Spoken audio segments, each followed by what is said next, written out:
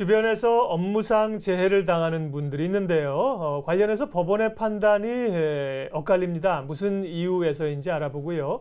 대법원이 직무 관련 공무원이 1,000원만 받아도 처벌하도록 한 이른바 박원순법이 지나치다는 판결을 또 내리기도 했습니다. 오늘 자세한 이야기 나눠보겠습니다. 네, 생활과 법률 양지민 변호사와 함께합니다. 어서 오세요. 안녕하세요. 네, 업무상 재해가 참 사안에 따라 다르더군요. 네. 일단은 송년회 갔다가 사망한 30대 사건인데 근로복지공단은 업무상 재해가 아니라고 주장을 해서 소송이 진행됐네요. 어떻게 됐습니까? 네, 맞습니다. 이 사건의 주인공은 장 씨인데요. 네. 이분 같은 경우에는 이제 전자업체에 근무를 하고 있었습니다. 그런데 이 사건이 발생한 거는 2013년 12월이에요. 그러니까 연말이라서 뭐 송년회가 많고 이럴 시기였는데 이 남성이 일하는 그 반이 아니라 다른 옆반에서 이제 조장이 우리가 회식을 하려고 하는데 너도 참석해서 술을 같이 하자, 술 한잔 하자 이렇게 얘기를 한 겁니다. 그래서 이 장 씨 같은 경우에는 사실 집에 이제 임신한 아내도 있는 상황이었거든요. 그래서 원래 안 가려고 하다가 이제 옆반에서 어쨌든 초대를 해줬는데 자기 반에서 아무도 안 가는 거예요. 다 사정이 있어서. 그래서 이 남성이 이제 어쩔 수 없이 그럼 나라도 가야겠다라고 해서 이제 회식 자리에 참석을 했습니다. 근데 이제 평소 주량이 소주 5잔 정도인데 네. 이날 소주 2병을 마셨어요. 네. 그러니까 굉장히 많은 양의 술을 마시고 집에 돌아오는 길에 이제 하필이면 그 돌아오는 길에 그 공사 현장이 있었기 때문에 그 맨홀 뚜껑을 제대로 다 덮어놓지 않은 그 상황이 있었나 봐요. 네. 그래서 이 남성이 아무래도 술도 마셨고 그러다 보니까 제대로 못 보고 발을 헛디뎌서 네. 그 맨홀 구멍에 빠지게 된 거죠. 그래서 결국 그 다음날 사망한 채로 이제 발견이 됐습니다. 그래서 당연히 이 장 씨 아내 같은 경우에는 남편은 어쨌든 회식 자리에 참석을 했다가 집에 돌아오는 길에 이제 그 사망을 하게 됐고 당연히 업무상 재해로 인정이 돼야 된다라면서 이제 근로복지공단을 상대로 그 유족급여와 그리고 장의비를 이제 청구를 했는데요. 그런데 근로복지공단에서는 그 지급 거절을 했습니다. 네. 거절을 했던 이유는 뭐냐면 자기 부서가 아니었다. 그쵸. 예. 원래 참석해야 되는 뭐 회식도 아니고 그 쉽게 말해서 자기가 자발적으로 그 부서 회식에 참석하고 싶어서 간 건데 그걸 어떻게 업무의 일환으로 볼 수 있느냐라면서 이제 지급을 거절한 거예요. 그래서 결국 이 아내 같은 경우에는 이제 법원에 소송을 제기하게 됐죠. 네. 근로복지공단은 업무상 재해가 아니다라고 이야기를 했고 그런데 법원의 판단은 달랐어요? 그렇습니다. 근로복지공단에서는 지급을 할 수 없다라고 했는데 법원에서는 지급을 해야 한다라고 판단을 바꿨습니다. 그 이유는요. 일단은 그 송년회가 마무리되고 어떻게 결제가 됐느냐 봤더니 회사 법인카드로 이제 결제가 됐던 거예요. 그래서 엄연히 이거는 회사의 공식적인 이제 행사라고 볼 수 있다라고 한 게 이제 첫 번째 판단 근거였고요. 그리고 사실상 이제 회사 바깥에서 그 뭐 사고가 발생하고 사망이 발생했다고 하더라도 회사의 업무의 일환으로서 보통 회식은 업무의 일환으로 보잖아요. 그렇게 되면 이제 업무상 재해로 봐야 된다라고 판단을 한 거죠. 그리고 그 근로자가 어쨌든 술을 굉장히 많이 마신 상황이라면 어쨌든 그 상황, 그 자리를 그 관리 감독하고 있는 사람이 끝까지 이제 보살펴야 되는 책임이 있는데 일종의 그 책임을 방관하고 그 회사가 그 직원을 방치했다라고 판단을 해서 결국에는 업무상 재해가 맞고 그 유족급여와 장의비를 지급해야 된다라고 판단을 한 겁니다. 네, 사안이 그러니까 그때그때 다른 것 같아요. 과거에는 회식을 이제 업무하고 별개로 봤는데 요즘은 포괄적으로 업무의 연장으로 보는 것 같고 이분이 정말 다른 부서의 회식에 나도 껴줘 그래서 혼자 갔으면 또 사실 좀 달라질지도 모르겠는데 말씀하신 것처럼 공식적으로 오라고 초청을 했고 다른 사람이 안 가니 나라도 가야겠다 이런 게 정상 참작이 된 것 같습니다. 자, 업무상 재해와 관련해서 또 논란이 되고 있는 사건이 있는데요. 택시회사 동료들 사이에 발생한 사망 사건인데 이거는 어떤 얘기입니까? 이 사건 같은 경우에도 이제 택시 회사에서 근무를 하고 있는 A 씨와 B 씨 사이에 이제 싸움이 발생하게 돼서 결국에는 이제 한 명이 사망하게 되는 사건이었는데요. 이 두 분이 이제 회사 택시다 보니까 서로 이제 교대 시간도 있고 그러던 와중에 이 두 분의 교대 시간이 이제 앞뒤로 배치가 됐었던 겁니다. 그런데 이 A 씨가 이제 운전을 하고 그러니까 운행을 하다가 마지막에 이제 주유를 하고 돌아올 때에는 손님을 태우면 안 된다고 합니다. 원래 이제 원칙상으로는. 예. 왜냐하면 그 다음 교대를 해서 그 운행을 할 사람이 그 기름을 써야 되는데 그 앞 사람이 써버리면 어쨌든 그 비용이 지출되는 거잖아요. 네. 그래서 그런 이제 뭐 그런 문제로 갈등을 두 사람이 빚어오다가 결국에는 이제 시비가 붙게 된 거예요. 그래서 이제 교대를 하면서 싸웠는데 싸우고 어쨌든 그 B 씨가 차를 몰고 이제 그대로 나갔다가 생각을 해보니까 너무 분이 안 풀리는 거예요. 집에 돌아와서 아무리 생각해봐도. 그래서 그 다음날 아예 작정을 하고 출근을 해서 내가 이 문제는 이제 단판을 내리라 하고 이제 그 다음날 출근한 A 씨와 이제 싸움이 붙게 된 건데 싸움을 하는 과정에서 몸싸움이 있었고 그러던 와중에 이제 발길질을 했는데 이제 A 씨가 발길질에 맞아서 쓰러지면서 머리를 땅에 부딪히게 된 겁니다. 네. 그래서 결국 이제 뇌출혈로 사망을 하게 됐던 사건인데요. 네. 당연히 이제 사망한 그 직원의 유족 같은 경우에는 당연히 회사 안에서 발생한 사건이고 그것도 회사 일로 그렇죠. 회사 다툼이 일로 있었고. 다툼을 하다가 그 사망하게 된 거니까 어쨌든 네. 업무 관련성이 있고 이거는 그 업무상 재해에 해당한다라고 하면서 이제 유족급여를 신청을 했었는데요. 네.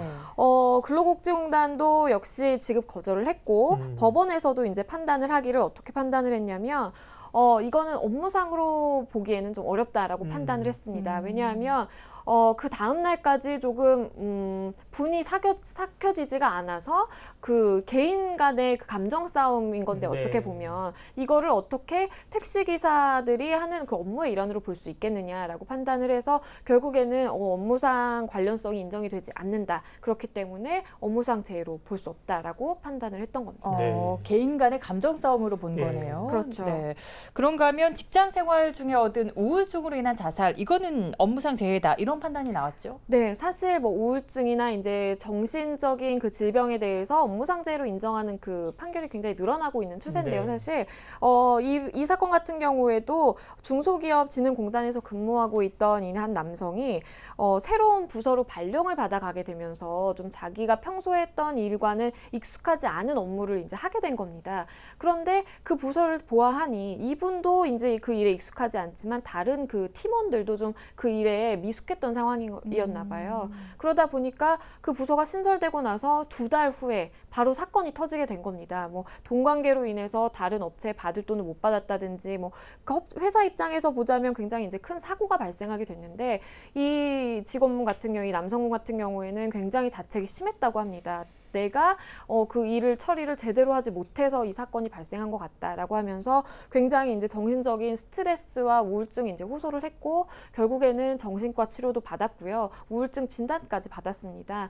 그래서 이제 그 아내 입장에서 보다 못해서 회사 부서를 바꿔달라고 그 회사에도 몇 번 요청을 했었나 봐요. 그런데 받아들여지지 않고 계속해서 이 남성은 참으면서 이제 근무를 하다가 결국에는 새로운 부서에 발령 받은 지 한 달 반 정도 지나서 스스로 이제 아파트 옥상에서 떨어져서 목숨을 끊게 된 겁니다. 그래서 사실 자살을 한 거잖아요. 네. 그렇기 때문에 이걸 과연 업무상 재해로 볼 수가 있느냐. 자기가 혼자 집에 가서 퇴근해서 있다가 자기의 집에서 자살을 한 건데 이걸 어떻게 업무상 재해로 볼 수 있느냐라고 굉장히 이제 말이 많았던 사건인데 결론적으로는 법원에서 어쨌든 업무로 인해서 이 스트레스가 발생했고 이 스트레스로 인해서 우울증이 발생을 하게 된 거고 결국 그 우울증 때문에 이 남성이 자살하게 된 것이기 때문에 총체적으로 그 과정을 봤을 때 업무상 재해로 인정을 할 수 있다라고 판단을 했습니다. 네.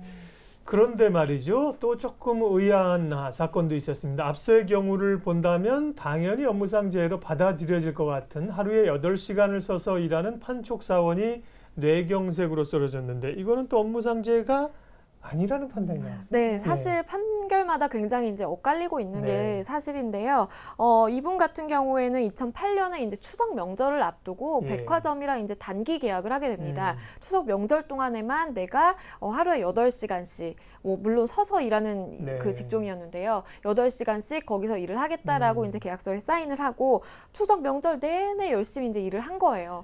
근데 일을 하고 나서 이 남성이 이제 집에 왔는데 화장실에서 갑자기 팔다리가 마비된 거예요. 네. 그리고 이제 결국에는 쓰러지게 돼서 뇌경색 판단을 받았어요. 뇌경색 때문에 이제 마비가 발생하게 된 거다라고 이제 판단을 받았는데 네. 당연히 그 백화점에서 그 연휴 동안에 일을 하고 난 다음에 이런 사건이 발생했으니까 이분 같은 경우에는 당연히 청구를 했죠. 나는 이건 업무상재해로 인정을 받아야 되고 그렇기 때문에 병원비나 내가 지금까지 소요된 비용을 모두 배상하라라고 이제 소송을 제기를 한 건데 법원에서는 참 의아하게도 인정을 하지 않았습니다. 근데 나름의 이제 판단 근거는 있는데요. 그 근거가 일단은 우선적으로 하루에 8시간이라는 거는 사실 그 초과된 근무 시간은 아니라고 본 겁니다. 어쨌든 본인이 하루에 근무해야 되는 8시간 굉장히 평균적으로 봤을 때 적정하고 그리고 본인이 그 계약서에 다 동의를 하고 이런 조건으로 내가 이 기간 동안 일을 하겠다라고 동의를 했고 그리고 이분 같은 경우에 조금 치명적이었던 것이 백화점에서 근무가 끝난 다음에 이제 다른 가게에서도 또 더 추가적으로 일을 했던 상황이 있었나 봐요. 그렇기 때문에 과연 이 백화점으로 일한 것 때문에 이분이 그렇게 뇌경색이 발생한 것이냐, 그 추가 근무 때문에 그렇게 뇌경색이 발생한 걸로 볼 수도 있지 않느냐라는 그 가능성이 좀 있기 때문에 법원에서는 결과적으로 백화점 측에서 병원비를 지급할 필요가 없다라고 판단을 했습니다. 네. 처음에는 좀 이해가 안 됐는데 이야기를 들어보니까 그렇죠. 그럴 법도 하고요. 참 이 업무상 재해 인정 기준이 어떻게 되는 건지를 좀 정리를 해봐야 될 것 같아요. 네, 업무상 재해라는 것은 이제 산업재해보상보험법에서 이제 규정을 하고 있는 건데요. 크게 2가지 기준으로 판단한다고 보시면 됩니다. 첫 번째는 이제 업무 기인성입니다. 업무 기인성이라는 것은 내가 어떤 질병이나 어떤 사고를 당했는데 그게 과연 이 업무의 기인에서 발생한 것이냐라는 것을 판단을 해야 되고요.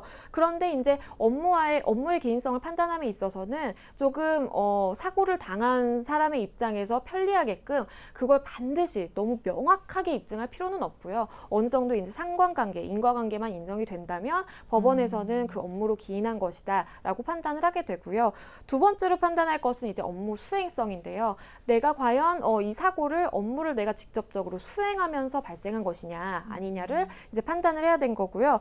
딱 봐도 아시겠지만 내가 당연히 업무 수행의 일환으로 예를 들어서 뭐 회식 참석이라든지 그렇게 수행의 일환으로 일을 하다가 그 재해를 당한 것이면 업무상 재해로 인정이 되고 전혀 이제 업무 수행성과 무관하다라고 한다면 아마 법원에서도 기각하게 되는 겁니다. 네. 그러게요. 업무상 재해 관련해서 이전보다는 적용하는 범위들이 넓어졌습니다. 그런데 과거에는 이제 물리적 혹은 이제 직접적인 노동 행위를 하면서 업무상 재해를 입는 경우를 인정을 많이 했는데 오늘도 보면 앞서 이제 우울증으로 자살하신 분도 그렇고 업무상 스트레스에 대한 재해에서 인정하는 범위가 넓어지고 있는 것 같아요. 그건 어떤 의미일까요? 사실 그렇습니다. 이제 업무 관련성을 너무 엄격하게 판단을 하다 보면 정말 직장 내에서 그 업무를 수행하다가 사고가 발생해야지만 인정을 받을 수 있다는 건데 사실 그 업무를 하면서 얻게 되는 스트레스도 그 업무로 인한 것이라고 볼 수가 있고 스트레스라는 것은 반드시 직장 내에서만이 아니라 바깥에서도 충분히 사고가 발생할 수 있는 그 가능성이 있기 때문에 법원이 상당히 이제 넓게 인정하는 추세로 보면 되고요. 사실 지난 2월에만 해도 이제 학교 폭력 관련해서 업무를 맡았던 교사가 학생을 이제 자퇴 처리를 하게 되면서 굉장히 자기 자신을 질책을 많이 하다가 결국에는 목숨을 스스로 끊었던 사건이 있었습니다. 그 사건에 대해서도 법원은 업무상 재해가 맞다라고 인정을 했었고요. 그리고 뭐 영어 스트레스, 회사에서 요구하는 영어 시험 성적을 계속해서 이제 갱신해야 되는 그 스트레스 때문에 주변에서도 많이 이제 놀림을 당하고 많이 이제 스스로를 자책을 하다가 그 목숨을 끊은 사건에 대해서도 사실 업무상 재해로 인정을 했거든요. 그래서 법원에서는 좀 웬만하면 그 사고를 당한 사람의 입장에서 최대한 인정해주려고 하는 추세로 볼 수가 있겠습니다. 업무상 재해 다양한 사례들을 오늘 생활법률 살펴봤고요. 박원순법, 이른바 박원순법, 지금 김영란법도 시행을 앞두고 여러 가지 논란이 있습니다. 공직자들의 이제 업무 수행에서의 청렴도 이런 걸 위한 건데요. 박원순법은 말씀드린 것처럼 공무원이 업무와 관련해서 1,000원만 받아도 처벌하겠다, 엄격하게 하기로 서울시가 방침을 세웠는데 대법원이 좀 가혹하지 않느냐 이런 판결을 내렸군요. 네, 사실 일명 박원순법이라고 하는 것은 이제 서울시 공무원 행동 강령의 네. 이제 내용인데요. 아까 말씀하신 것처럼 1,000원 이상을 받으면 그건 무조건 업무 관련성 여부를 불문하고 처벌하겠다라는 게 그 취지입니다. 사실 요새는 뭐 아이스크림 하나 사 먹으려고 해도 1,000원 넘잖아요. 그쵸. 그러니까 즉 아무런 금품도 수수해서는 안 된다라고 보시면 되겠는데요. 실제로 이제 송파구청에서 근무를 하는 이제 한 국장이 상품권 한 50만 원 정도를 관련 건설사 직원으로부터 받았고요. 그리고 뭐 놀이공원 자유이용권 한 12만 원 상당 되는 그 자유이용권을 또 관련 업체에서 또 수수를 한 게 발각이 됐습니다. 그래서 서울시에서는 그 박원순법, 일명 박원순법을 적용을 해서 이분 같은 경우에는 이제 해임을 시켰습니다.